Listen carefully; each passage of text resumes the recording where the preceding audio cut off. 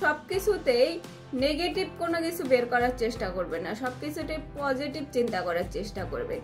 যাই হোক না কেন লাইফে যে দিকেই থাকেন না কেন সবসময় পজিটিভ চিন্তা করার চেষ্টা করবেন, যাতে আপনি যেটাই করেন না কেন সেটার ভিতর থেকেই কোনো নেগেটিভ বের করার চেষ্টা করবেন না। চাইবেন যে সবসময় যেন যাই হোক ভালো হোক, সবসময় যেন যেটাই হইতেছে আল্লাহ করতেছে ভালোর জন্য করতেছে।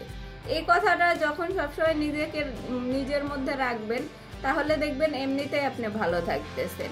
আল্লাহর ইবাদত করে আপনি যখন নিজেকে ভালো রাখতে চাইবেন, নিজেকে সুখে থাকতে দেখতে চান, যে আমি ভালো থাকতে চাই, সুখে থাকতে চাই, শান্তিতে থাকতে চাই, তাহলে আপনাকে আল্লাহর ইবাদত করতে হবে।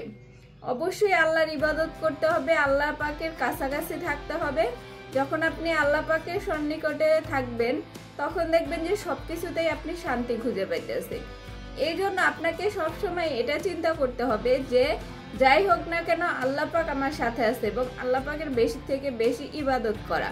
যখন আপনি আল্লাহ পাকের বেশি থেকে বেশি ইবাদত করবেন তখন দেখবেন যে মনের ভিতর আলাদা একটা শান্তি চলে আসছে।